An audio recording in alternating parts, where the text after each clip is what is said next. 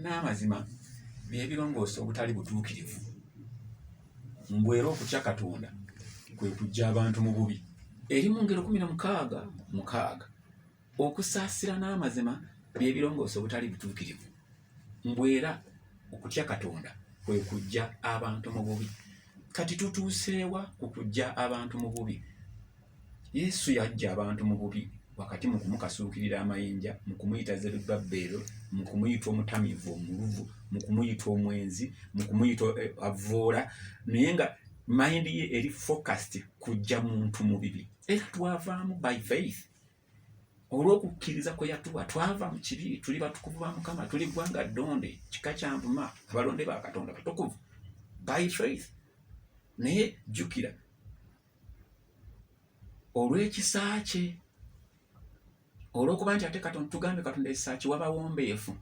Yesu yali muwombeefu, ffenna tubimanyi. Yeewombeeko okusinga omuntu yenna, newankubadde nga yali mwana, nga yali mutukuvu, yeeyambulamu ekyambalo ekitukula eky'obwakabaka n'akitwambaza, n'atuggyako ekiziina kyatwambazibwa Sitaani, n'akyambala n'agenda n'akitira ku musalaba. Ekyo kisa. Omuntu ow'ekisa abeera abantu bangi. Omuntu ow'ekisa ekisa takiraga balungi bokka. Omuntu ow'ekisa ekisa takijja mu supermarket, ekisa takijja mu Lago Rufaro, ekisa takijja ku University Makerere. Ekisa kijja ku bigere bya Katonda. Bw'atambula obulamu obw'okwewombeeka, Katonda asobola okugulumizibwa. Bw'ogenda mu kitabo kya Matayo essuula ya 11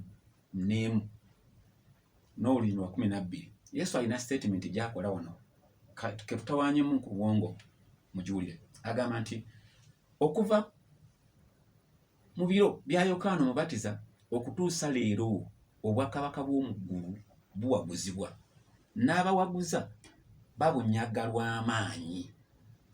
Kati gano amaanyi Mukama gayogerako si ge maanyi gaggolola.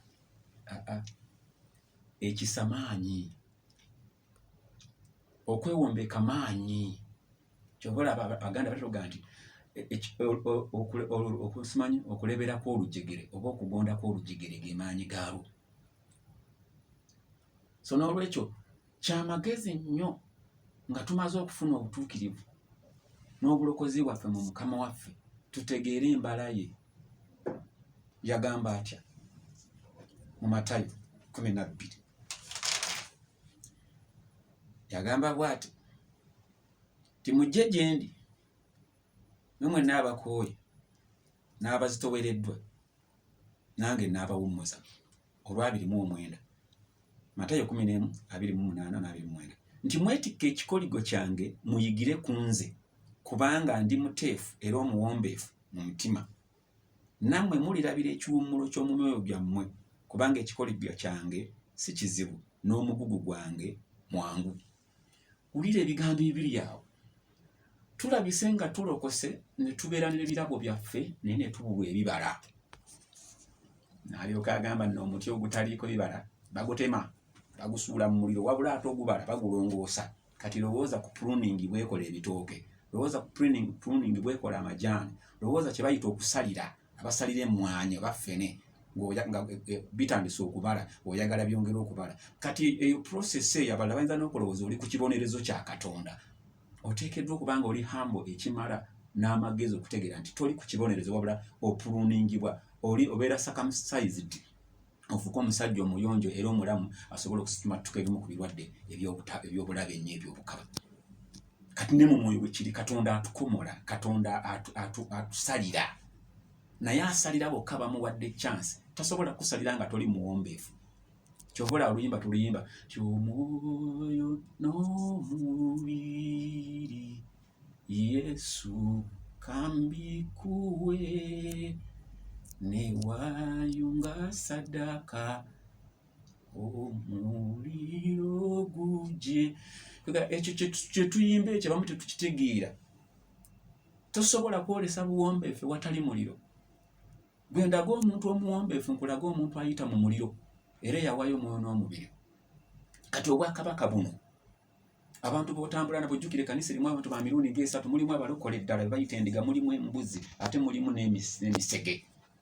ekyo kimanyiddwa okusikuvuma kubanga bayite bangi abalonde mu batono. Kati ogenda kukusa emmeeme eyo ng'omuntu bwakukusa enjaga, okukusa emmeeme eyo nga Gideoni bwe yakukusa eŋŋano ng'agikisaba Midiyaani, Katonda n'amuyita omuzira naye nga ye takiraba nawo. Ekigenda okuyisa omuzira mu mulembe guno ogw'enkomeza ng'ebintu birabika biringa buli kimu kikutte lyakyo, Katonda asigadde Katonda ku Namulondo n'ekkanisa ajja giggusa. Katonda teyalimba mutabani we, yamusuubiza omugole, omugole ajja mungwa. Kati gwe olina kwesiba musanvu n'omanya nti gwe oli kitundutundu ku mugole ayingira eggulu. Oba otya kubanga obwakabaka okuva ku mulembe gwa Uganda mpaka olwaleero buwaguzibwa n'ababunyaga babutwala lwa mpaka. Empaka ze ziriwa? Si zino ze tukayana ez'endya n'amadiini n'okukkiriza okulala kwonna okwa politics ne sport. Nedda, lwa mpaka nti ne bakusika amatu, ne bagamba nti oli musumba, ne bagamba oyo mukazi si wuwo, ne bagamba nti wakoze kino, wayenze, wabbye ssente, ne bagamba oli kaluti. Kyonna bayinza okuba nga batuufu mu kutegeera kwabwe, naye bayinza okuba nga tebamanyi mabega lwaki oli ekyo. Yes, kubanga tewali asituka nga ye yeesitukira. Omuntu okusituka okubeera nagwa wabeerawo ababeera emabega we, n'omuntu okugwa n'addayo mu nfufu era wabeerawo ababeera emabega we.